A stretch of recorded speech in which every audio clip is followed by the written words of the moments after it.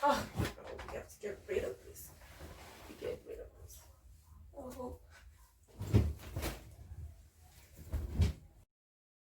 Hey rebels, and welcome to the channel that gives you guys content you never asked for, but I know you love it. So as you guys can see, I don't like this sheet anymore, guys, but you know what, we're gonna get rid of it in style. So what I'm doing right now is making a pattern, because like any other project or clothing project, you have to start with a pattern, otherwise you have no direction in your life. So what I did with the bed sheet is I cut out the elastics on the corners of the sheet. These elastics are to help the bed sheet hug the mattress nicely and snug. So I need to get rid of that so that I can have a nice and flat piece of fabric. Because guys, really, it's just fabric, but it was a bed sheet turned into a dress. Just think about it like that. Nothing. It's magic, but like think about it that way.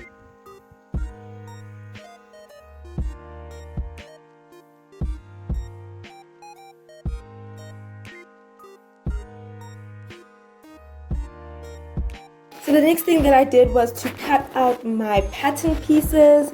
I cut out the top part of my dress, which you guys will see properly at the end of the video. But this is the top part of my dress that had a lining to it. So I had to cut all pieces double. The center piece was just cut times 2. The 2 side pieces for the front was cut times 4. Because I only did a half pattern, but we'll get to that a little bit later this week. Please do make sure that your notifications are turned on so that you guys know whenever I post a new video, because guys, we're here to learn about fashion, okay? In the same notion, I also cut out the pieces of my back as well as the lining. The next thing that I did was to cut out my sleeve. I didn't make a proper pattern for this. I already have blocks that I decided to use and just shape up on this piece of fabric. So as you guys can see, I'm only tracing half of that pattern block, and then I'm doubling it in size because I wanted to have enough volume. I also take my measuring tape to measure the length of the sleeve so that I can make sure that both sides of the seam are equal. It is very important that they are equal, because otherwise when I sew them, they won't fit together properly. What am I saying? But you get what I'm saying. It needs to be equal so that you can get a nice straight hem on the edge of your sleeve. So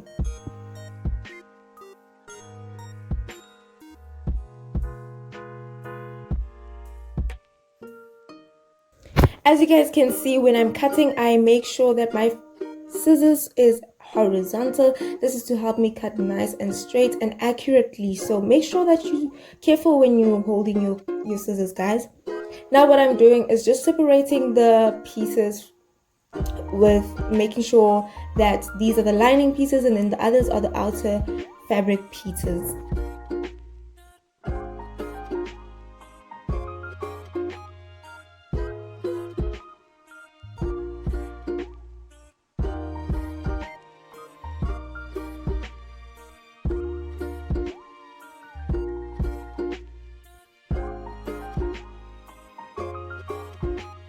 So the next thing that I do is put in my interfacing. This is for the outer fabric of my dress. This is to give it some structure, and also because, guys, this was a bedsheet that I bought a long time ago from Pep Stores, not the best of quality, and I wanted it to look like, you know what, the girl bought it somewhere in a Santon boutique something.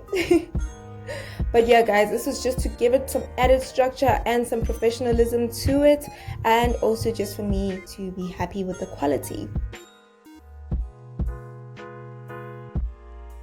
I am sewing all the pieces together. I decided to sew all the pieces as well as the back pieces and the lining piece, but I made sure that I didn't join the two pieces together, which was the outer fabric and the lining fabric, but you guys will see as you guys continue to watch.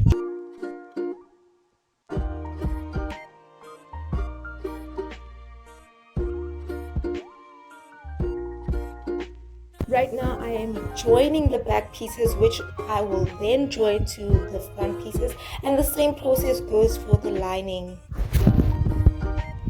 As you can see right now, guys, I am holding this stretchy thread. It's an elastic thread, and this is to help me get a sheared look. Now this is the kind of look that I wanted on my sleeves. I wanted them to have some shearing on them.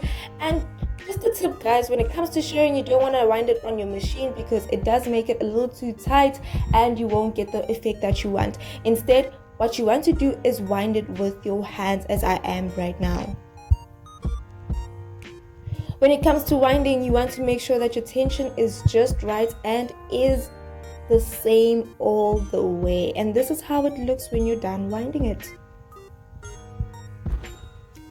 As you guys can see on that sleeve pattern, what I did was draw a line, and this line is just to guide me. I drew it, I think, about 8 centimeters away from the edge of the fabric, and then I used it as my guide, used that very same line as my guide, and this is just to start. Bear in mind that this is a tailor's chalk, and so it is washable and also wipeable with a piece of cloth, so you shouldn't worry. So as you can see, you guys can already see the shearing effect happening there, and that is exactly what I want to do, and that's what I'm going to continue to do. And to continue this, what I did was to allow myself a foot away distance from the first stitch in order for me to do the next stitch. I don't know if you guys get me, but I have spoken about what a foot size stitch is in previous videos, so if you do want to, please do check them out. As you guys can see, I continue to do this on my sleeve, and I think I did about 8 lines. This is something that you guys have to use your own discretion, because it is, after all, whatever you do, whatever you sew is your own design, and I felt that 8 lines were good enough for me. The next thing is to draw in the seams of the sleeve. Bear in mind, I did this before I actually attached the lining of the top part of my dress to the outer part of the dress. And the reason for this is because I wanted to attach the sleeves, as I am doing right now, to the lining and the outer fabric. I wanted to sandwich it in between because I want a nice and clean finish. I don't want my seams to be raw, neither do I want them to have a zigzag stitch, because I'm trying to avoid zigzag stitch until I have my own overlocker one day. As you guys can see, I am now joining all these pieces together, and I will show you guys in a moment.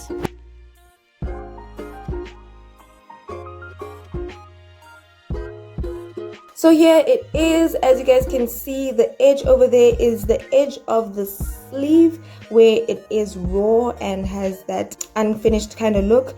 I made sure that I had slits in order for me to be able to sandwich the sleeve in between. The next thing that you want to do in order to make sure that your dress looks nicely professional is to give your lining a edge stitch on the top of the dress. This is to make sure that your dress sits in place and also to just give it a nice and neat finish.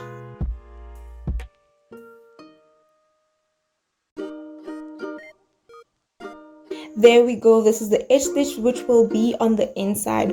Also, sometimes when you make your own dresses, you don't put in tags to show you where the inside of the dress is, and so when you have a lining like this, they do look exactly the same, the lining and the outer, so you want to make sure that you have a difference. So that's why we did the edge stitch. Now I'm attaching my elastic, which I measured by just putting it on my shoulder to see to get the desired length.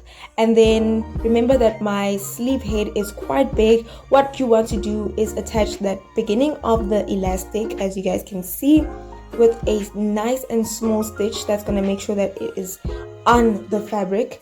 And once you've done that, you start stretching your elastic and making sure that your fabric is nice and straight all the way you attach. As you guys can see, I am using a zigzag stitch. I'm not sure if you can actually see that, but I'm using a zigzag stitch to attach this. I'm doing this because it's the best of both worlds. It's a finishing stitch as well as an attaching stitch for elastic, so I wouldn't necessarily be worried about the fabric fraying later.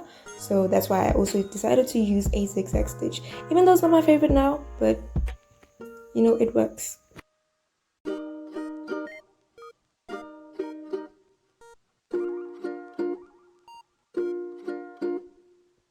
So this is how it looks after I have attached the elastic. As you guys can see, that nice gathering stitch over there, guys, it's looking gorgeous. And make sure when you are stretching your elastic, you are stretching it evenly so that you can get even gathers.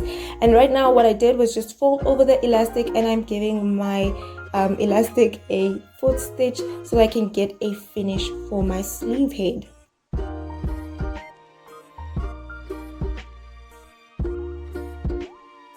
And this is what it looks like when you're done.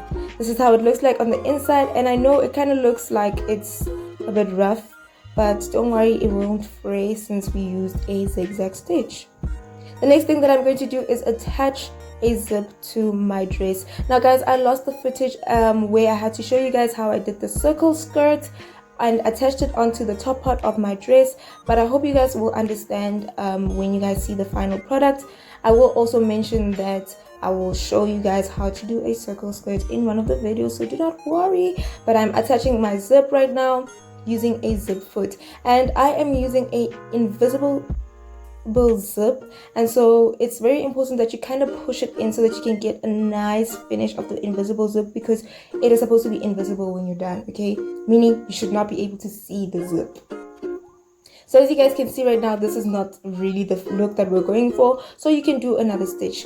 And so for the hem for my skirt and sleeves, what I did was gave it a zigzag stitch, and then I gave it a foot fold, then a pin stitch. So this is what the final dress looks like. I hope you guys enjoyed the video. Thank you for watching.